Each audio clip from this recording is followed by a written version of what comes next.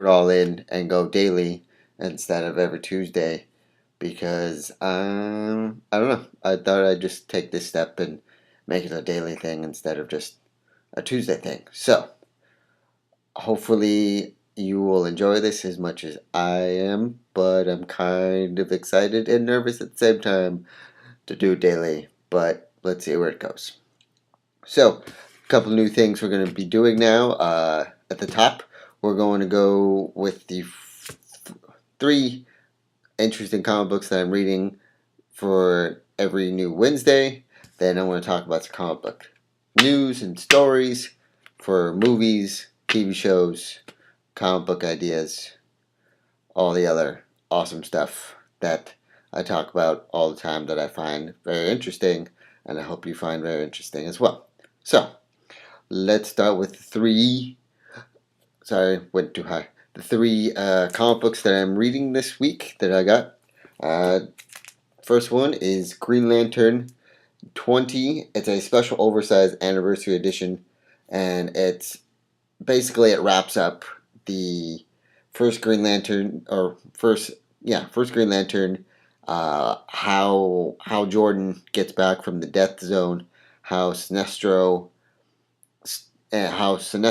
and this guy right here stops the first Lantern, and it goes into how the new series that's going to have all of the Green Lanterns like Hal Jordan, Kyle Rayner, John Stewart, Guy Gardner, and Carol Ferris are going to be in that core now, or each core, and how it's going to affect them all. So, if you haven't been reading these recently, you should go pick them up because I like this issue because it was a little thicker and almost kind of like a graphic novel, which was pretty awesome. But also in this comic, it shows previews of what Guy Gardner is going to be doing, what Kyle Rayner is going to be doing, what Hal Jordan's going to be doing, and what the rest of the people are going to be doing. So this is pretty interesting. I would go pick this up.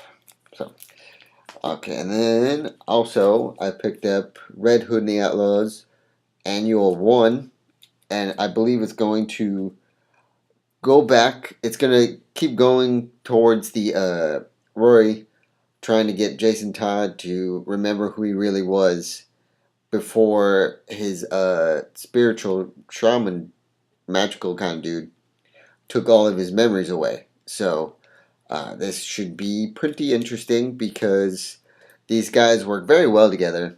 I think they work very well together because it's starting to show that Jason Todd is not really an asshole like he was out to be in the first year or two, or a couple years when he was Robin, and then then Red Hood, the bad Red Hood. He's not really that bad when you look at it now. He was just angry and had a lot of stuff going on in his past that made him angry. So, but yeah, this series should go pick this up. By the way, again, there's the Man of Steel. There's gonna be a Man of Steel banner on all DC Comics for started last week till I believe the movie comes out. So that's not really annoying at all, is it? And then I wanted to start reading the Arrow comic books because Arrow's over for right now, and they've just been picked up for a second season. So I can't wait for that to come back on because it's an amazing show. CW has this way of making comic book characters in real life and making them pretty awesome.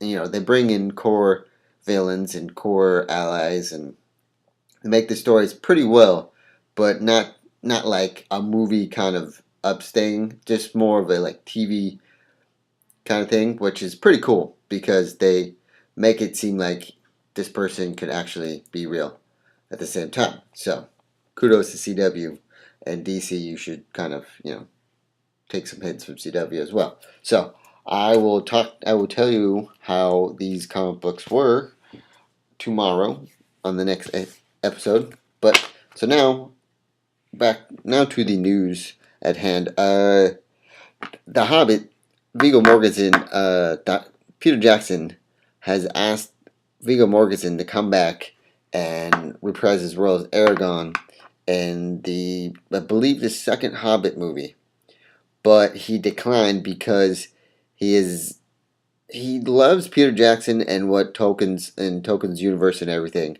but he's not really wanting to. There's like a 60-year gap between The Hobbit and The Lord of the Rings, so I can see kind of why he wouldn't want to play it. Plus, he wants to see The Hobbit, and he's going to do so. But I have a feeling that there's that huge gap, and there's a long filming process, and I don't think Viggo Mortensen wants to go through that long that long filming process, not acting process, totally different. I don't know. It would just seem like it's a lot of work to do that whole 6 months in another country and then do another 6 months for another movie in the same country. So I think he wants to do more things other than being known for Aragon or anything Tolkien, which he's not opposed to doing any other Tolkien movies. It's just I think he wants to do other stuff at the same time. More stuff, more interesting stuff, more other movies besides genre movies, because I think actors don't want to be pegged for one particular genre. They want to be, they just want to branch out a little bit, I guess. So, second movie, second story. New pictures of a newly modeled Optimus Prime, a newly remodeled, I believe, two new expensive car Autobots, which make no sense because in any of the cartoons, the Autobots have never been really expensive cars except the Camaro, which Camaro was never really an Autobot. Bumblebee was a VW Bug, but then made a Camaro, and I don't know if the Camaro's going to come back, but now if you go online to go to my website, there'll be photos up of the new cars, and I'll probably put photos up here on the video when I'm done editing it, So, but there's a Lotus, and there's a speed, like a street legal Camaro or a Corvette. So, I don't know. And then Optimus Prime, I'll put the pictures up, and you'll judge for yourself what you think the cars look like. And all I'm going to say about that is Transformers needs not have, or Hasbro needs to not have Michael Bay do any more of that stuff, because it's cool with the explosions and it's cool that the cars can transform, but it's taken away from all the nostalgia and awesomeness of the Transformers from the 80s and comic books and stuff like that. So I'm pretty sure all you Transformers fans will not be happy with these new pictures. Thirdly, kind of a weird story. The WWE and Warner Brothers want to make a new animated Flintstone movie. Yes, you heard me correctly. The Wrestling Federation and Warner Brothers wants to make a new animated Flintstone movie. And John Cena and CM Punk want to be in it. I believe they want to be the voices. Yeah, I don't know. A wrestling company and a film company want to make an 80s cartoon. Yeah, I know. I can tell by your reaction while you're watching this video that I am feeling the same way. I don't know if that's going to be very good at all. So, we'll see how that turns out. And then, Whoopi Goldberg was also spotted on the Ninja Turtle film set, however you put it. Yeah, so I wonder who she would play, or maybe she's visiting. Who knows?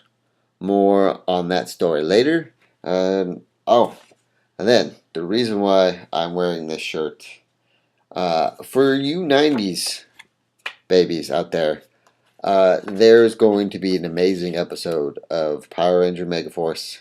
Now stay with me, because you'll probably go, NJ, why would I care about the Power Rangers after I'm older now and I don't really... But you're going to like this, because this newly episode of Megaforce... Why am I pointing? It's kind of rude. Don't point anymore. The new episode of Megaforce is going to have 10... They only had spots for 10 old Rangers to come back. And these Rangers are going to be amazing, because Mr. Jason David Frank is going to come back as the Green Ranger and White Ranger. There's going to be Speed for Time. There's going to be Lightspeed Rescue, Red and Pink, Time Force Red, Lost Galaxy Red, Samurai in Space, and Megaforce are all going to come back. And the episode is called the Legendary of Power Rangers. So look out for that. I know I'm going to look out for that, because that episode will be amazing. Because not only will you get the history of the Power Rangers, but you'll get this guy right here, who is pretty much the best Ranger out of all the Rangers in this entire Ranger history. And yes, that is a big claim, but I have faith, and that's where I stand. So, yes, and so that will conclude this episode of Coffee and Comics for today.